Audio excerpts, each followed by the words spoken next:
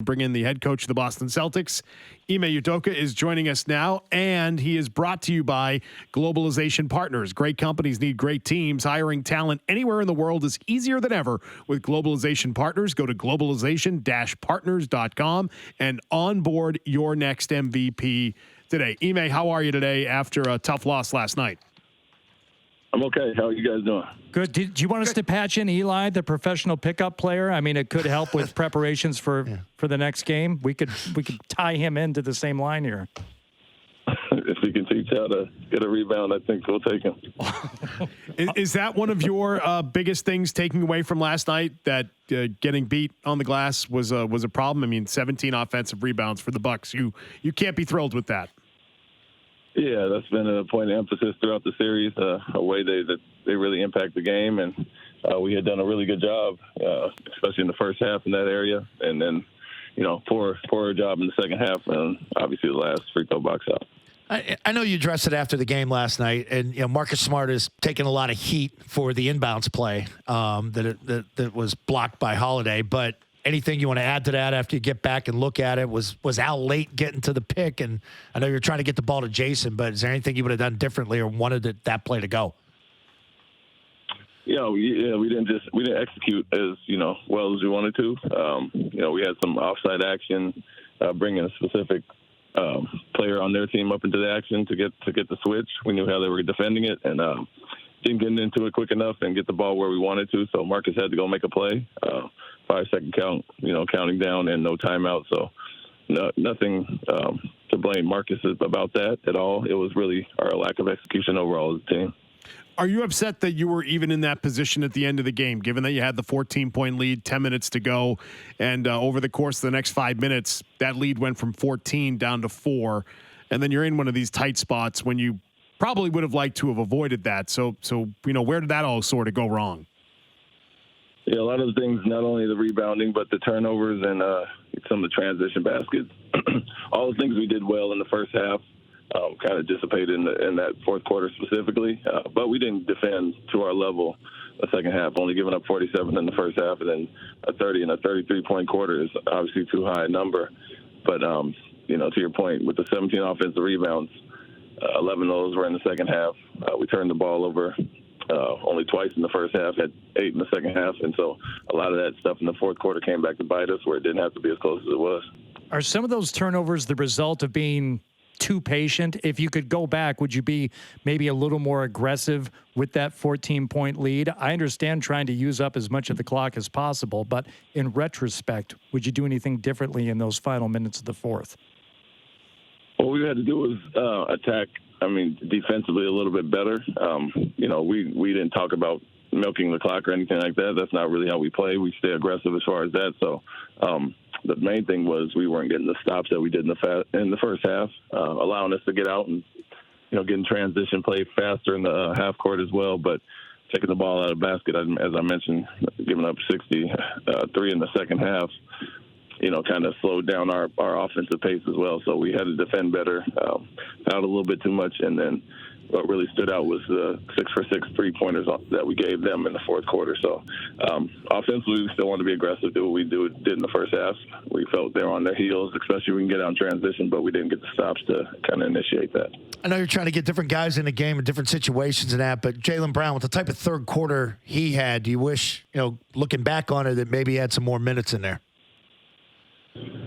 Yeah, we're trying to balance our guys, and we like to stagger Jason and Jaylen as possible, especially when one of those guys is going. So we left Jaylen in, took Jason out in the third, and, looking at big picture, we're trying to get to the finish stretch without overrunning certain guys and playing the whole second half. So we had to find them a break, and, one thing we've done all year is been confident in the guys that are in the game to maintain the lead or build on it, and, to get Jaylen that break. We're confident that Derek and Peyton and the guys coming in can maintain that. And we lost a little bit of that last night, but, what we're looking at big picture is Jaylen not running the whole second half. You got to get him a break somehow, and you got to stay confident with the group that you have in the game.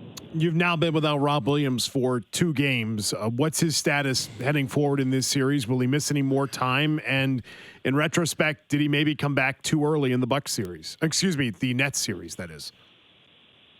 We're waiting to hear on how he feels. It's really a soreness issue.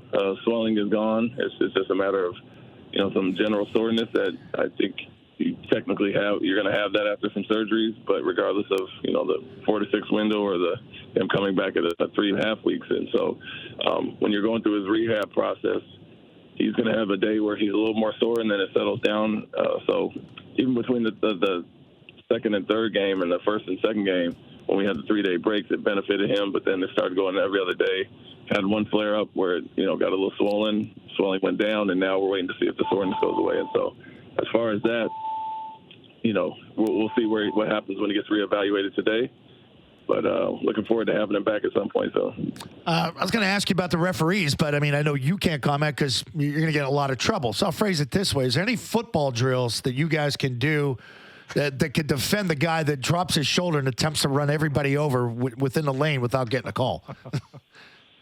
It is what it is, and then we're a physical team as well. We understand the way Antetokounmpo plays and the way he impacts the game is by doing that. And one thing we said is he's different than Durant or Irving.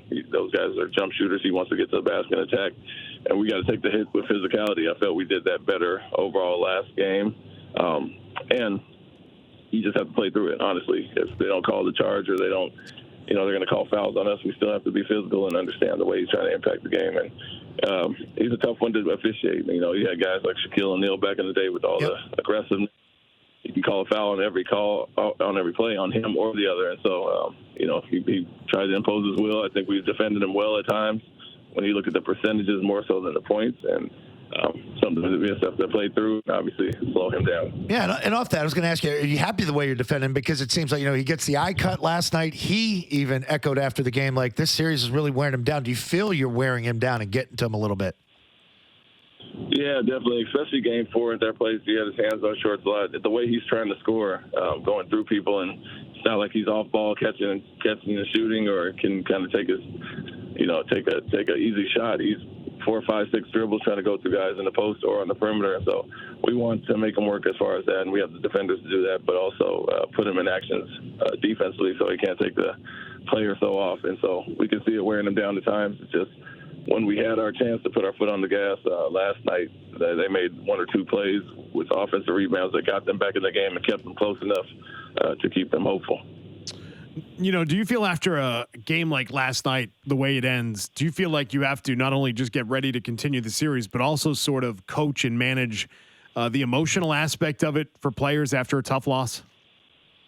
Yeah, definitely. That's a big part of it. I've gone through some things. I go right back to the Game 6 where Ray Allen hit the 3-point shot against us in the championship, and it's devastating at the time. You lose the championship in overtime, and then you have to get back and get ready for a Game 7. And so mentally, you put it behind you. You understand what you did to put yourself in that situation. But, it's go time. It's one thing that we haven't been dominated or outplayed, or we feel any way that we can't win a game there. Obviously, we've already done that, and felt like we gave away a golden opportunity. Now it's our chance to show who we are, our character and resolve, and bounce back from that and bring it back here to Boston. All right, Coach. Appreciate the time. Best of luck going forward in this series. Thank you, guys. All right. Thank you.